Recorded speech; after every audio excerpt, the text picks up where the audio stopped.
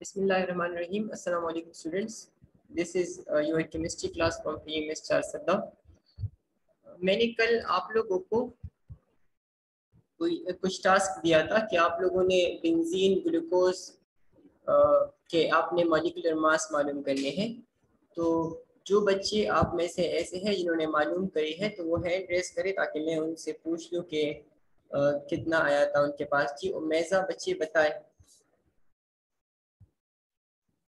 Umeja benzene का, glucose benzene का आप बेंजीन बताएं। का 78 mu। वेरी गुड, चलिए शाबाश शाबाश। अच्छा फातिमा इमरान बच्चे आप बताएं कि ग्लूकोज का कितना आया था। Sir 174 AMU। 174 ग्लूकोज का 174 आया था। आपने कुछ तो छोड़ा है इसमें। हाइड्रोजन के साथ आपने क्या मल्टीप्लाई किया था बच्चे? सर 1। हाइड्रोजन के साथ आपने क्या मल्टीप्लाई किया था? 1। 1। Yes sir. Atomic mass 1 multiply किया था और हाइड्रोजन लिए कितने थे? 12। Yes sir.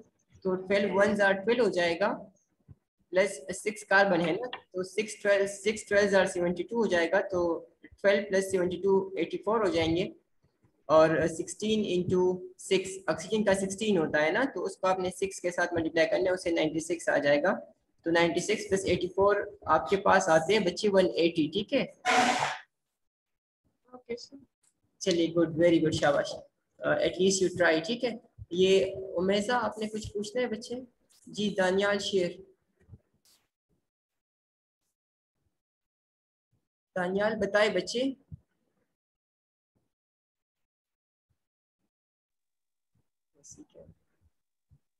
चलिए उमेजा आप बता दे बच्चे कुछ। अच्छा चलिए नहीं है कुछ।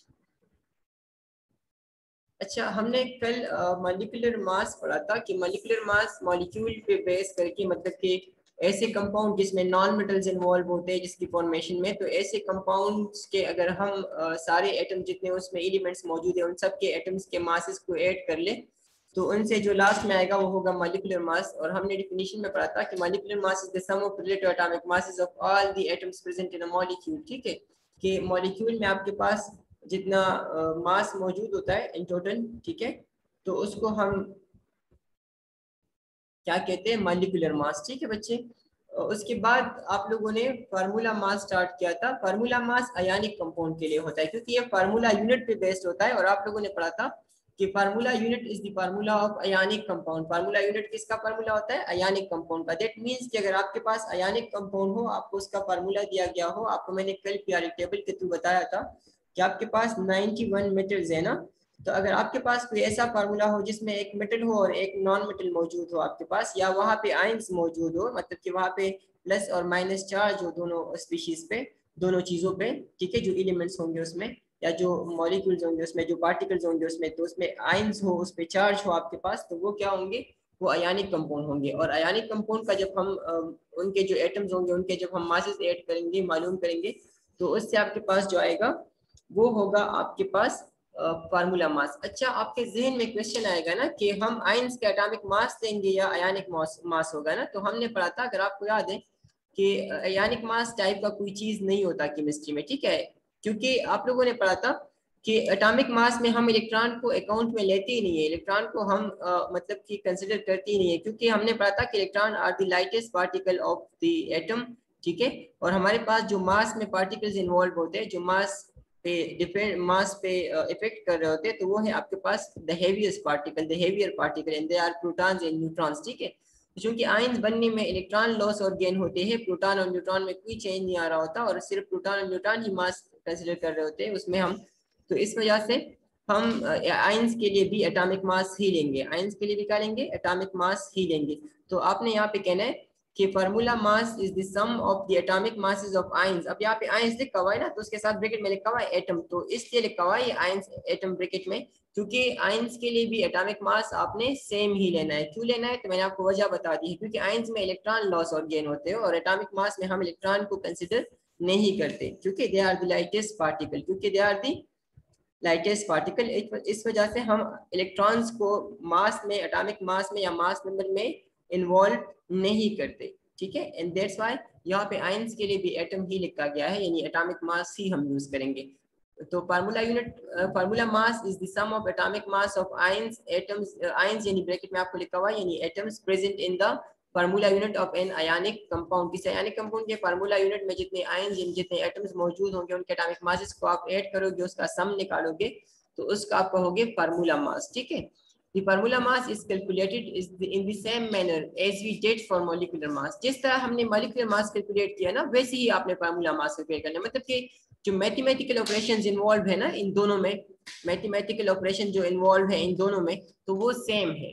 जैसे वहां पे हमने फार्मूला लिखना था, फिर फार्मूले में हर एलिमेंट के कितने एटम्स है वो हमें पता होनी चाहिए, और फिर उन एटम्स के यानी उन एलिमेंट्स के एटॉमिक मासेस क्या है ये हमें पता होना चाहिए, जो कि हम पीरियोडिक टेबल से हेल्प ले सकते हैं, ठीक है।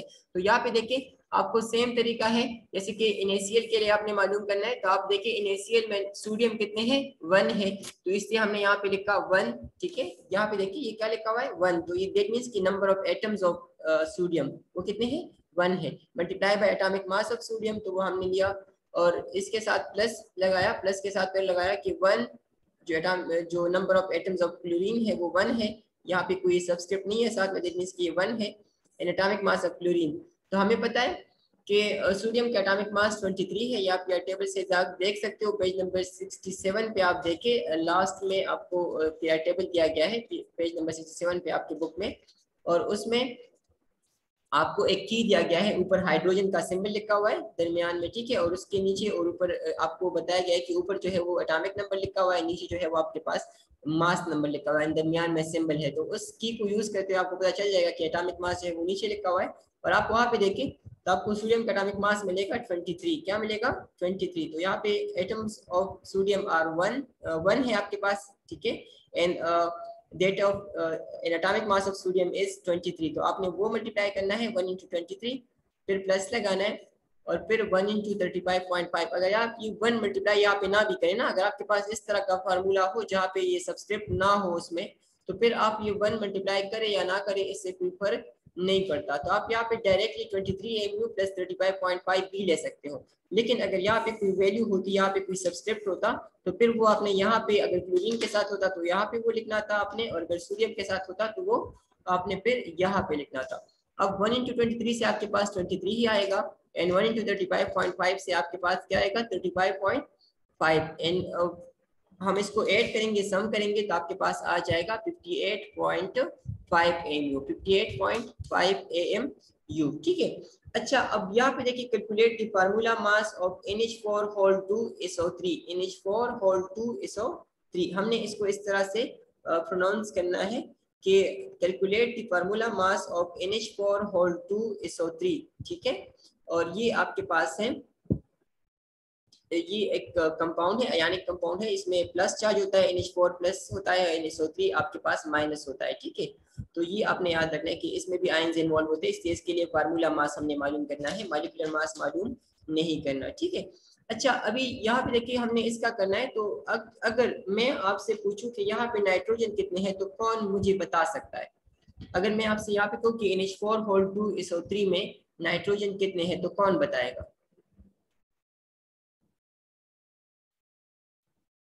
जी है कोई जो बता सकता है कि NH4 whole 2 SO3 में कितने नाइट्रोजन है, N कितने हैं इसमें?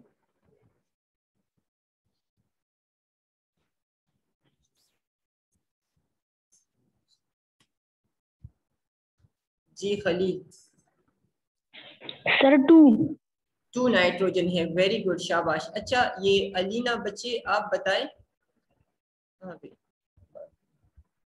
चलिए जैन जैन बताएगा, जैन बच्चे आप बताएं कि इसमें हाइड्रोजन कितने हैं? सर 8 8 है, वेरी गुड, 2 4 जा 8, आपके पास 8 हो जाएंगे, वेरी गुड। अच्छा ये नेक्स्ट बच्ची है फातिमा ज़हरा, बच्चे आप बताएं कि इसमें सल्फर कितने हैं?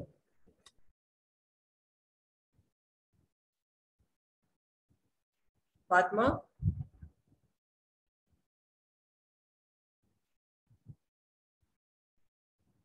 जी, उमेजा जैन, जरक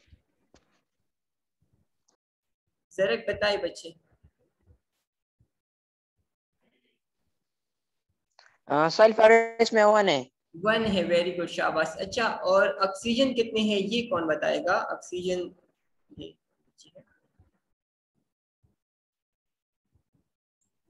सर 3। 3 है, very good Fatima Imran, very good 3। अच्छा, ये सब आपको समझ आ गया होगा।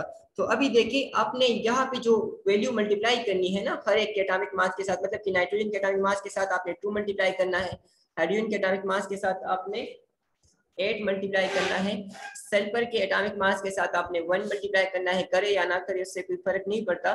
ऑक्सीजन के एटॉमिक मास के साथ आपने 3 मल्टीप्लाई करना है, ठीक है। और जो सेकंड वन आपको दिया गया है जिसका आपने फार्मूला मास मालूम करना है वो है आयरन नाइट्रेट, आपके पास है FeNO3 होल 2, FeNO3 होल 2 जो आपके पास है। अब इसमें मुझे कोई बता सकता है कि इसमें Fe यानी आयरन कितने एटम्स हैं? जी जरक ने पहले से हाथ खड़ा किया हुआ। जी जरक, बच्चे बताएं। जरक जी सर। जी बच्चे, इसमें आयरन कितने हैं, Fe कितने हैं इसमें? इस दर में एन में FeNO3 होल 2 ये जो बी वाला है सर, इसमें 1 है FO। Very good. FeO। जो आपके पास है Fe आयरन वो 1 है, वेरी गुड, शाबाश। अच्छा, ये दूसरी बच्ची निम्रा, निम्रा बच्चे बताएं। ये कौन? निम्रा बताए बच्चे। निम्रा शकील, इसमें नाइट्रोजन कितने हैं बच्चे? 2। 2, वेरी गुड, शाबाश। अच्छा, और ऑक्सीजन कितने हैं ये कौन बताएगा? और मोहम्मद जैन। 6 जी मोहम्मद जैन, दोबारा बताएं। सर 6। वेरी गुड, 6 है इसमें, गुड, शाबाश। अच्छा, अब हम इसका जाते हैं आगे कि हमने इसका फार्मूला मास मालूम करना है, वो कैसे करेंगे। तो अब देखिए यहाँ पे NH4 होल 2 SO3 पहले लिया हुआ है। यहाँ पे हम अपने लिए पहले एलिमेंट लिखेंगे, कितने एलिमेंट्स है इसमें। तो आपको मैंने कहा था एलिमेंट मालूम करने के लिए आपने इसमें कैपिटल लेटर्स काउंट करने हैं, कैपिटल लेटर्स। अब देखिए इसमें सारे कैपिटल लेटर्स है, दैट मींस कि यहाँ पे 1 2 3 एंड 4, ठीक है। आपके पास 4 जो है वो आपके पास क्या है, वो आपके पास यहाँ पे एलिमेंट्स इन्वॉल्व है इस कंपाउंड के बनाने में, ठीक है। That is nitrogen, hydrogen, sulphur and oxygen, nitrogen, hydrogen, sulphur and oxygen, ठीक है। तो अभी आप देखिए, यहाँ पे मैंने अपने लिए वो एलिमेंट्स लिख दिए हैं जो इसमें है। अब देखिए, इसमें नाइट्रोजन है तो मैंने N लिखा, हाइड्रोजन है तो वो मैंने लिखा, फिर सल्फर है तो वो भी लिख दिया है, और फिर ऑक्सीजन है तो वो भी हम लिख देंगे, ठीक है। इसके बाद हम क्या करेंगे, अब यहाँ पे देखिए तो नाइट्रोजन कितने हैं तो उसके साथ लिखा हुआ है 2 नाइट्रोजन है। कितने नाइट्रोजन है? 2। हाइड्रोजन कितने हैं? 8। ऑक्सीजन सल्फर कितने हैं? 1। एंड ऑक्सीजन कितने हैं? 3। दैट मींस कि हमने यहाँ पे एटॉमिक मासेस के साथ ये वैल्यूज जो है ये जो यहाँ पे लिखे हुए ये मल्टीप्लाई करने हैं। नाइट्रोजन के आपके पास 2 नाइट्रोजन है और एक नाइट्रोजन का जो एटॉमिक मास होता है, मतलब कि उसके एक एटम का मास 14 होता है। तो दैट मींस कि 2 एटम का होगा 14 × 2, दैट विल बी 28, ठीक है। हाइड्रोजन के एक एटम का मास जो होता है दैट इज 1 AMU, और 8 एटम्स है यहाँ पे, तो दैट मींस कि 8 × 1 दैट वुड बी 8 AMU, ठीक है। एंड सल्फर का आपके पास यहाँ पे एटम 1 है और atomic mass, internet connection unstable. अच्छा, और सल्फर का यहाँ पे देखिए तो नंबर ऑफ एटम्स 1 है, एंड जो आपके पास उसका एटॉमिक मास है that is 32, that would give us 32 MU। 1 × 32 आपके पास 32 MU आ जाएगा, ठीक है। फिर ऑक्सीजन है तो यहाँ पे ऑक्सीजन 3 है एंड उसके एटॉमिक मास 16 है। अच्छा बच्चे, ये अपने साथ आप एक साइड पे लिखते जाए, जो जो आप फार्मूले में मतलब एटॉमिक मासेस आपको दिए जा रहे हैं ना, तो वो आप साथ साथ में लर्न किया करें। जैसे कि आगे आपने कार्बन और हाइड्रोजन का लर्न कर लिया है, ऑक्सीजन का लर्न कर लिया है, तो यहाँ पे नाइट्रोजन का कर ले कि नाइट्रोजन का एटॉमिक मास क्या है? 14 है। हाइड्रोजन का तो आपको पता है कि 1 है, एंड सल्फर का आपके पास ये भी लर्न कर ले कि सल्फर का है 32। क्या है बच्चे? 32, ठीक है। अब ये एक एक करके आप आहिस्ता आहिस्ता से लर्न करोगे ना, तो कहते हैं ना कि कतरा कतरा मिलकर दरिया बनाते हैं, तो आपके पास इसी तरह से आपके सारे जितनी भी एटॉमिक मासेस है वो आपको इजीली लर्न हो जाएंगे। अब जैसे कल आपने कार्बन, ऑक्सीजन और हाइड्रोजन का लर्न किया हुआ है कि कार्बन का आपके पास क्या है? 12 है, ऑक्सीजन का आपके पास 16 है और हाइड्रोजन का आपके पास 1 है। आज लर्न करें कि सोडियम का आपके पास 23 है, और आपने क्लोरीन का भी पहले लर्न किया हुआ था कि 35.5 है उसका। सोडियम का आप लर्न कर ले कि 23 है, और साथ में ये लर्न करें 14 किसका है? नाइट्रोजन का। हाइड्रोजन का क्या है? 1 है, सल्फर का 32 है, ऑक्सीजन का 16 है। अब ये मल्टीप्लाई करें, 2 14s are 28, 8 1s are 8, 1 32s are 32 and 3 16s are 48। अब इन सबको आप सम करें, यहाँ पे प्लस लगा देंगे और इन सबको ऐड कर ले। 8 + 8 16 हो जाएगा, 16 + 2 आपके पास 18 and 18 + 4 8 जो है आपके पास हो जाएगा 26। तो यहाँ पे हमने 6 लगाया, 20 यहाँ 2 यहाँ पे आ जाएगा एंड देन 2 + 2 4 हो जाएगा, 4 + 3 आपके पास 7 हो जाएगा एंड 7 + 4 11 हो जाएगा। तो यहाँ से आपके पास आ गया है 116 और साथ में आपने यूनिट वही लगाना है AMU। ठीक है, यूनिट क्या लगाना है AMU, formula mass molecular mass सब के लिए आपने यूनिट क्या लगाना है AMU। इसके बाद आप देखें तो आयरन नाइट्रेट जो आपके पास EpNO3 है उसका आपने करना है।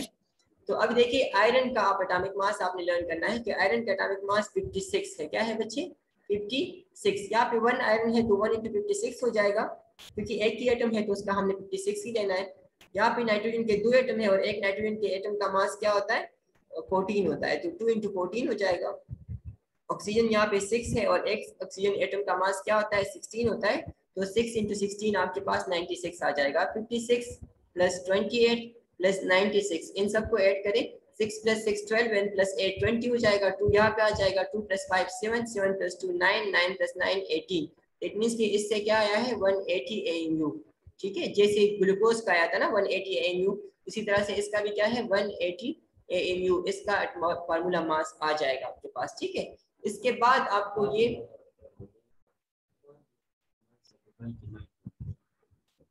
फातिमा और कौन सा क्या उसके हाथ में फातिमा और नासरा उमेजा। उमेजा बच्ची ये माइक ऑफ करे बच्ची, उमेजा और फातिमा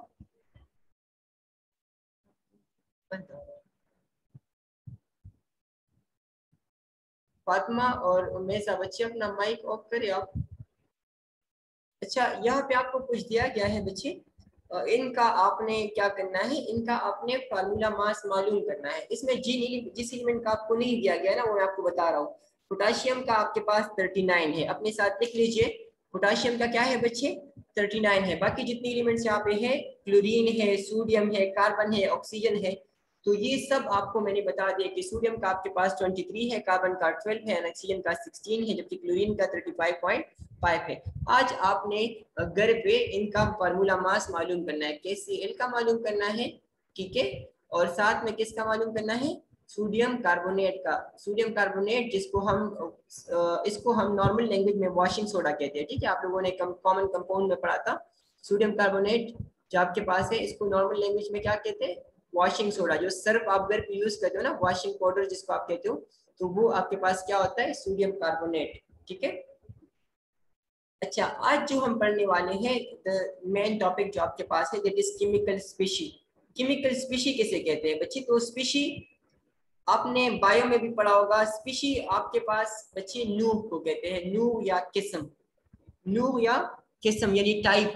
ठीक है, टाइप जैसे आपके पास लिविंग ऑर्गेनिज्म में स्पीशीज होते हैं ना, ह्यूमंस आर स्पीशीज, इस तरह से मंकी आपके पास स्पीशी है, बफेलो आपके पास स्पीशी है, तो इस तरह से हॉर्सेस और मेयर्स आपके पास स्पीशीज में आते हैं। ठीक है, तो इसी तरह से यहाँ पे भी स्पीशी का वर्ड यूज किया गया है। स्पीशी मींस न्यू किस्म, जो एक प्रोसेस में हिस्सा ले सके। ऐसी दो चीजें ना जो एक प्रोसेस में हिस्सा ले सके तो हम कहते हैं कि they are species, they are species which can participate in a process. अब यहाँ पे केमिकल स्पीशी वर्ड यूज किया गया है, तो केमिकल स्पीशी आपके पास क्या होंगे, तो केमिकल स्पीशी आपके पास ये चीजें हो सकती है। देखिए वो एटम्स हो सकते हैं, मॉलिक्यूल्स हो सकते हैं, आयन्स हो सकते हैं, एंड एटसेट्रा लिखा हुआ है, तो एटसेट्रा में आप आगे पढ़ोगे। फ्री रेडिकल हो सकते हैं, मॉलिक्यूलर आयन हो सकते हैं। ठीक है, तो ये सब आपके पास आ जाएंगे इसमें।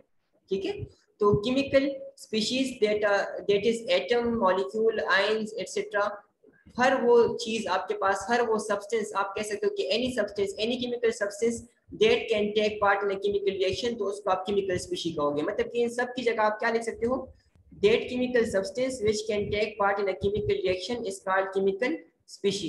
केमिकल स्पीशी आपके पास फिर क्या हो सकते हैं, तो केमिकल स्पीशी में भी atoms, ions, molecules, molecular ions are free radical, और इन सबको हम अब डिटेल से वन बाय वन पढ़ेंगे। ठीक है, तो सबसे पहले आप स्पीशी का बात, स्पीशी की समझ लीजिए कि स्पीशी का वर्ड क्या होता है। तो स्पीशी के मायने होती है न्यू नून वो एन एन, ठीक है, नून वो एन, ये आपके पास होता है नू, जैसे बनी नू इंसान आप कहते हो ना, तो इस तरह से नू मीन किस्म, एंड आपके पास उसको टर्म जो यूज होता है उसके लिए दैट इज स्पीशी, ठीक है। तो केमिकल स्पीशी आपके पास क्या है, तो chemical species are chemical substances that can take part in a chemical reaction, ये दैट मींस कि that can participate in a chemical reaction. Participate mean हिस्सा लेना, टेक पार्ट भी हिस्सा लेने को कहते हैं, ठीक है। जैसे आपके कुछ गेम्स होते हैं आप उसमें पार्टिसिपेट करते हो ना, तो इसी तरह से केमिकल्स जो होते हैं, केमिकल सब्सटेंसेस, वो भी अगर केमिकल रिएक्शन में पार्टिसिपेट कर सकते हैं या हिस्सा ले सकते हैं, take part in a chemical reaction, तो आपने कहना है कि they would be a chemical या it would be a chemical species. Chemical species that is atom, molecular ions etc that can take part in a chemical reaction is called chemical species। अब हम one by one इनको पढ़ेंगे। सबसे पहले आपको दिया गया है आयन, जो हम पढ़ चुके हैं कि atom is a neutral particle. Atom क्या है बच्चे, न्यूट्रल पार्टिकल है। न्यूट्रल मींस कि उस पे कोई चार्ज नहीं होता। क्यों नहीं होता, कौन बताएगा एटम पे चार्ज क्यों नहीं होता बच्चे, जल्दी से बता दे शाबाश। जो सबसे पहले हैंड रेस करेगा मैंने उनसे पूछना है कि मॉलिक्यूल, ये जो एटम है इस पे ये न्यूट्रल क्यों होता है। Atom is a neutral particle, इस जुमले का मतलब क्या है, एटम न्यूट्रल क्यों होता है। जी आयशा तहसीन, जी बच्चे बताए आयशा। क्योंकि सर इसमें प्रोटॉन और इलेक्ट्रॉन के जो चार्जेस होते हैं तो वो सेम होते हैं। वेरी गुड, इसमें इलेक्ट्रॉन और प्रोटॉन की तादाद क्या होती है, वो सेम होती है, नंबर सेम होती है। और जब आपके पास प्लस और माइनस सेम हो तो डेट जो उसका रिजल्टेंट आएगा वो आपके पास क्या होगा, वो जीरो होगा, ठीक है। तो atom is a neutral particle. बाकी बच्चे जिन्होंने हैंड रेस किया था शाबाश बच्चे शाबाश, ठीक है। तो an atom is a neutral particle का मतलब क्या है कि एटम एज अ होल उस पर कोई चार्ज नहीं है, ठीक है। जो उस पर नेट चार्ज आता है, नेट चार्ज, ठीक है, तो वो आपके पास क्या है, वो आपके पास जीरो है। क्यों है जीरो, क्योंकि नंबर ऑफ पॉजिटिव चार्जेस यानी protons are equal to number of negative charges यानी इलेक्ट्रॉन्स, ठीक है। And that's why they cancel out the effect of each other giving neutral nature to an atom. तो उसको जो neutral atom है जो उसको न्यूट्रल नेचर दे रहा होता है, ठीक है। क्यों, तो आपको यहाँ पे वो रीजन बताया था, number of electron and protons are equal in an atom and atom can lose or gain electron. Atom क्या कर सकता है बच्चे, इलेक्ट्रॉन लूज और गेन कर सकता है। अब लूज और गेन कब करेगा, तो जब आप उसको एनर्जी दोगे ना, ठीक है, एनर्जी आप उसको दोगे और उससे इलेक्ट्रॉन जो है वो दूर हो जाएंगे तो वो इलेक्ट्रॉन लॉस करेंगे, और जब आप उससे उसकी एनर्जी कम करोगे तो वो इलेक्ट्रॉन जो है उसके करीब आ जाएंगे एंड वो एनर्जी पे वो इलेक्ट्रॉन जो है वो फिर गेन होंगे आपके पास। तो आपके पास इलेक्ट्रॉन लॉस करने में आपको एनर्जी रिक्वायर्ड होगी। एनर्जी क्या होगी, रिक्वायर्ड। इलेक्ट्रॉन गेन करने में आपके पास एनर्जी जो है वो रिलीज होगी, ठीक है। तो क्योंकि इलेक्ट्रॉन जितनी न्यूक्लियस के करीब होते हैं ना, तो उतना उस पर न्यूक्लियस का अट्रैक्शन ज्यादा होता है। जब आपके पास किसी चीज का आपके अट्रैक्शन ज्यादा हो ना, तो उसकी एनर्जी लो हो जाती है। जैसे कि आपने किसी जानवर को लिया हुआ है, जैसे कोई कुत्ता है आपके घर पे, कोई पपी, कोई डॉग है आपके पास, और आपने उसको रस्सी से एक कोटे के साथ बांधा हुआ है ना, ठीक है, तो उसकी जो मूवमेंट्स है वो रिस्ट्रिक्टेड हो गई है, मतलब कि वो दौड़ कर नहीं सकता, बाहर नहीं जा सकता कहीं पे, किसी के पीछे नहीं, किसी को भगा नहीं सकता, मतलब किसी के पीछे लग के उनको भगा नहीं सकता, ठीक है। तो ये आपने क्यों, क्योंकि आपने उसको जो है अपने साथ पकड़ा हुआ है, या आपने उसे किसी कोटे के साथ आपने उसको बांधा हुआ है, ठीक है।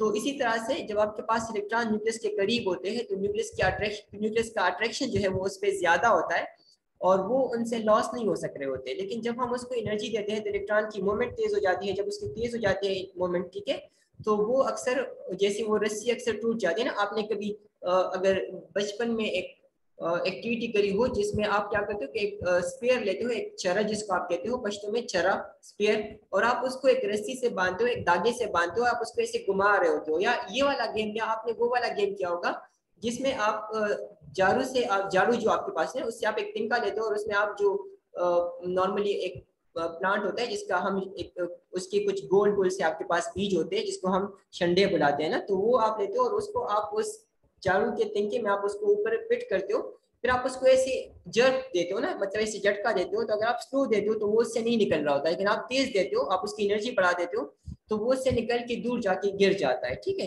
तो इसी तरह से आपके पास वो स्पेयर भी करते हैं, आपने उसको धागे से बांधा हुआ है, आप उसको स्लो घुमा रहे हो तो वो धागा नहीं टूट रहा होता, लेकिन आप जैसे तेज घुमाते हो तो जो स्पेयर का वेट होता है वो उस धागे को तोड़ने पर मजबूर कर देता है और धागा टूट के आपके पास वो स्पेयर जो है वो नीचे दूर गिर जाता है आपके पास। इसी तरह से यहाँ पे भी एटम के इलेक्ट्रॉन को जब आप एनर्जी दोगे तो वो उसकी काइनेटिक एनर्जी बढ़ जाती है, वो तेज तेज घूम रहा होता है। इस तरह से उसकी एनर्जी जो है जब हाई हो जाती है, इतनी हाई हो जाती है कि वो न्यूक्लियस अट्रैक्शन को मतलब कि उस पर काबू आ जाए, उसको ओवरकम कर सके, तो वो उससे निकल जाता है, ठीक है, लॉस हो जाता है आपके पास। तो इसी तरह से यहाँ पे भी आपके पास है कि इलेक्ट्रॉन एटम जो है वो इलेक्ट्रॉन लॉस और गेन कर सकते हैं।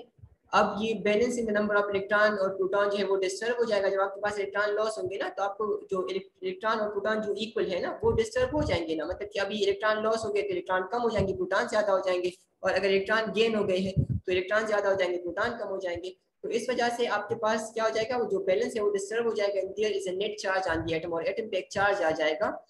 जो चार्ज आपके पास क्या होगा, जो एक इलेक्ट्रिक चार्ज आपके पास होगा वो पॉजिटिव भी हो सकता है। पॉजिटिव तब होगा जब वो इलेक्ट्रॉन लॉस होंगे, क्या होंगे, लॉस, ठीक है। एंड नेगेटिव भी हो सकता है जब इलेक्ट्रॉन क्या होंगे, गेन होंगे। तो यहाँ पे वो आपको डिफिनेशन लिखी गई है आयन की कि the particle that carries an electric charge, वो जर्रा जिस पे एक इलेक्ट्रिक चार्ज होता है, वो चार्ज पॉजिटिव भी हो सकता है, नेगेटिव भी हो सकता है, ड्यू टू लॉस और गेन ऑफ वन और मोर इलेक्ट्रॉन, एक या एक से ज्यादा इलेक्ट्रॉन।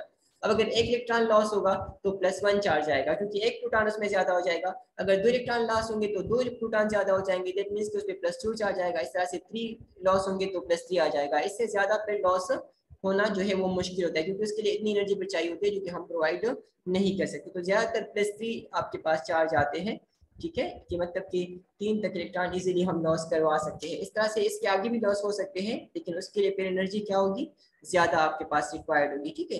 तो the particle that carries an electric charge positive और नेगेटिव ड्यू टू लॉस और गेन ऑफ वन और मोर इलेक्ट्रॉन, एक या एक से ज्यादा इलेक्ट्रॉन लॉस करने से या गेन करने से आपके पास जो एटम पे चार्ज आ जाता है, जो पार्टिकल बन जाता है जिसपे कोई चार्ज होता है पॉजिटिव और नेगेटिव, तो उसको हम क्या कहते हैं, आयन कहते हैं, ठीक है। अब यहाँ पे देखें तो आपको डायग्रामेटिकली समझाया गया। ये न्यूट्रल एटम है, इसने इलेक्ट्रॉन लॉस कर लिए हैं, तो आपके पास पॉजिटिव चार्ज आयन बन जाएगा, जिसको हम कैटायन बोलते हैं। मैंने कल आपको बताया था कैटायन बोलते हैं उसको, ठीक है। और अगर न्यूट्रल एटम है वो इलेक्ट्रॉन गेन कर लेता है, ये ब्रैकेट में जो इस लिखा हुआ है ये इट इज फॉर प्लूरल, ठीक है, कि इलेक्ट्रॉन और इलेक्ट्रॉन्स, इलेक्ट्रॉन और इलेक्ट्रॉन मतलब एक या एक से ज्यादा इलेक्ट्रॉन लॉस करते हैं, तो यहाँ पे ब्रैकेट में हम इस लिखते हैं, ठीक है। तो यहाँ पे इलेक्ट्रॉन लॉस होंगे तो कैटायन बनेगा, इलेक्ट्रॉन गेन होंगे तो क्या बनेगा, एनायन बनेगा। दैट मींस कि आपके पास आयंस के 2 टाइप्स हैं। आयंस के कितने टाइप्स है बच्चे, 2, एनायन और cation. There are 2 types of ions, cation positive ion and anion negative ion. Positive ion the atom which loss electron या electrons from its outermost shell, अपने बाहर वाले शेल से इलेक्ट्रॉन लॉस करेंगे, ठीक है, या आपके पास उस पे पॉजिटिव चार्ज आ जाएगा, इलेक्ट्रॉन और इलेक्ट्रॉन लॉस करेंगे, मतलब एक इलेक्ट्रॉन या एक से ज्यादा इलेक्ट्रॉन अपने बाहरी शेल से अपने लॉस करेंगे, तो उस पे एक पॉजिटिव चार्ज आ जाएगा, उस एटम पे पॉजिटिव चार्ज आ जाएगा, और इस पॉजिटिव चार्ज स्पीशी को हम क्या कहेंगे, कैटायन कहेंगे, क्योंकि हमने पढ़ा कि ये अब रिएक्शन में हिस्सा ले सकता है, ठीक है, क्योंकि वो आयनिक कंपाउंड बना सकता है। हमने कल पढ़ा था कि जब पॉजिटिव चार्ज आयन बन जाएगा और फिर नेगेटिव चार्ज आयन बन जाएगा, तो वो दोनों एक दूसरे को अट्रैक्ट करेंगे और आपके पास एक कंपाउंड बन जाएगा। तो ये एक रिएक्शन हुआ, तो इस वजह से हम इनको भी स्पीशी कहते हैं। This positive charge species is called cation. Positive ions always has less number of electron, ये तो आपको पता होगा, क्योंकि इलेक्ट्रॉन लॉस हुए हैं, दैट मींस इलेक्ट्रॉन कम हो गए हैं, तो इसीलिए पॉजिटिव चार्ज स्पीशी में या पॉजिटिव आयन में आपके पास इलेक्ट्रॉन जो है वो कम होंगे बनिस्बत किसके, प्रोटॉन के। The following equation show the formation of cations from different atoms. आपको ये इक्वेशन बता रहे हैं, देखिए हाइड्रोजन है, उससे H+ बना है, तो वो आपको एक इलेक्ट्रॉन देगा। अच्छा, आपने याद रखना है जब इलेक्ट्रॉन लॉस होंगे ना, तो वो हमने इस एरो के राइट साइड में लिखने हैं, राइट साइड में हमने लिखने हैं वो, ठीक है। और जब इलेक्ट्रॉन गेन होंगे तो वो हमने लेफ्ट साइड में लिखने हैं, ठीक है। कि क्यों, क्योंकि हमें पता है कि एरो के इस साइड पे और इस साइड पे हमेशा चीजें जो है वो इक्वल होनी चाहिए। क्या होनी चाहिए, इक्वल। तो अगर हम यहाँ पे +E लिखें ना, तो हाइड्रोजन +1 इलेक्ट्रॉन, तो आपके पास एक तो इसके पास पहले से था और एक और भी हो गया है, तो फिर आपके पास यहाँ पे H+ नहीं बनेगा, ठीक है। तो इसलिए हमने यहाँ पे लिखा हुआ है कि अगर हाइड्रोजन से आपके पास H+ बनेगा, तो साथ में एक आपको एक क्या मिलेगा, इलेक्ट्रॉन मिलेगा। तो ये प्लस किसके लिए है, साथ में मिलने वाले के लिए, कि मतलब हाइड्रोजन से H+ बनने में आपके पास एक इलेक्ट्रॉन भी साथ में मिलेगा। क्या मिलेगा, एक इलेक्ट्रॉन भी। इस तरह से सोडियम से सोडियम प्लस बनने में, Na+ बनने में आपको क्या मिलेगा, एक इलेक्ट्रॉन मिलेगा। मतलब कि जब सोडियम से सोडियम Na+ बनेगा, Na से Na+ बनेगा, तो आपको एक इलेक्ट्रॉन मिलेगा साथ में, ठीक है। इसी तरह से मैग्नीशियम से जब मैग्नीशियम +2 बनता है, अब देखिए यहाँ पे +2 लिखा हुआ है, दैट मींस कितने इलेक्ट्रॉन लॉस होंगे, 2 इलेक्ट्रॉन लॉस होंगे, तो इसलिए यहाँ पे लिखा हुआ है +2 इलेक्ट्रॉन्स, +2 इलेक्ट्रॉन्स। ये E- ऊपर जो माइनस लिखा हुआ है ये उसका चार्ज है, E इज फॉर इलेक्ट्रॉन, ठीक है। इसके बाद आप देखिए तो एनायन है, an atom which gain electron. जब एटम इलेक्ट्रॉन गेन करता है आर इलेक्ट्रॉन्स, तो उस पे क्या आएगा, उस पे नेगेटिव चार्ज आएगा उस एटम पे, और इस नेगेटिव चार्ज स्पीशी को हम क्या कहेंगे, एनायन कहेंगे। क्या कहेंगे बच्चे, एनायन, ठीक है।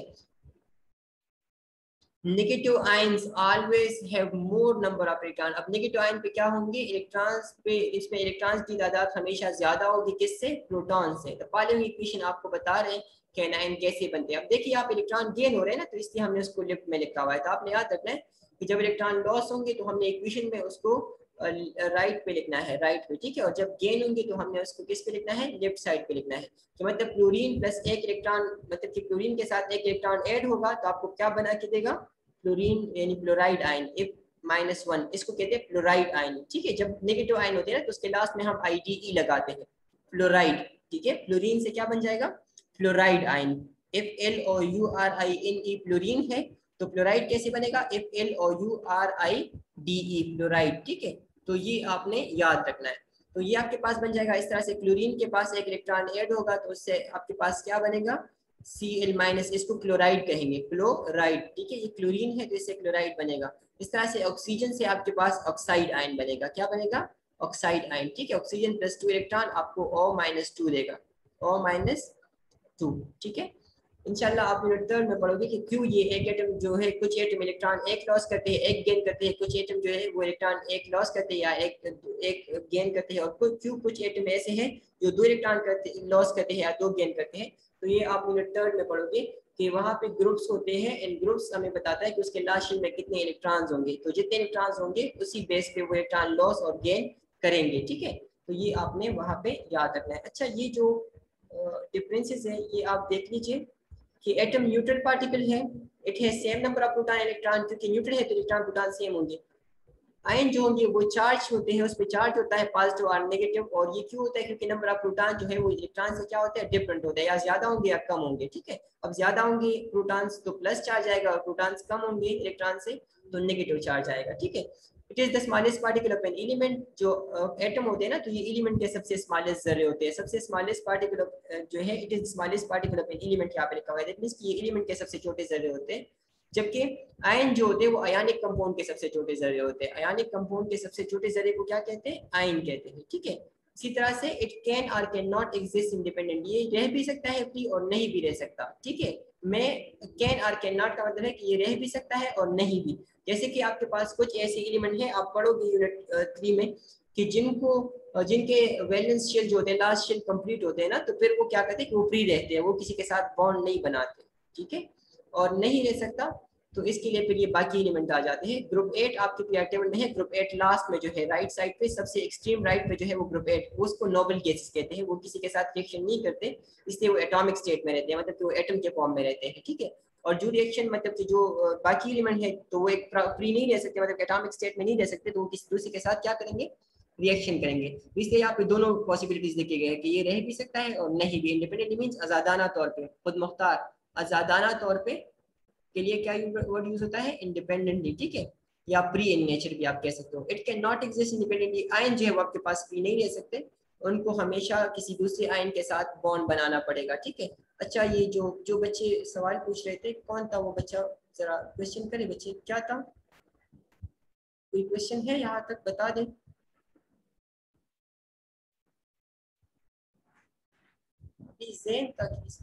जी महनूर गुल, जी बच्चे बताएं।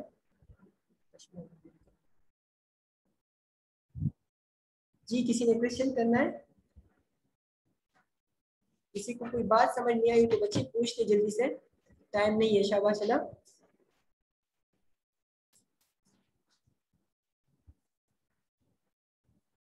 हेलो, किसी ने कोई क्वेश्चन पूछना है बच्चे तो बता दे, शाबाश अल्लाह।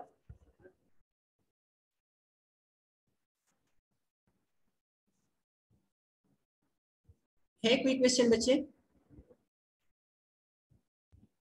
चलिए, वो जो होमवर्क मैंने आपको दिया है वो आप आज घर पे कर लीजिएगा। KCl एंड जो सोडियम कार्बोनेट है उसका आपने क्या करना है, फार्मूला मास कैलकुलेट करना है। मैंने आपको पोटेशियम का एटॉमिक मास बता दिया है कि दैट इज 39, और बाकियों का आपको मैंने बता दिया, वो अपने साथ आप एक पेज पे या अपनी डायरी में नोट कर ले ताकि आपको फिर याद हो, ठीक है। चलिए आज के लिए इतना ही, अल्लाह हाफिज।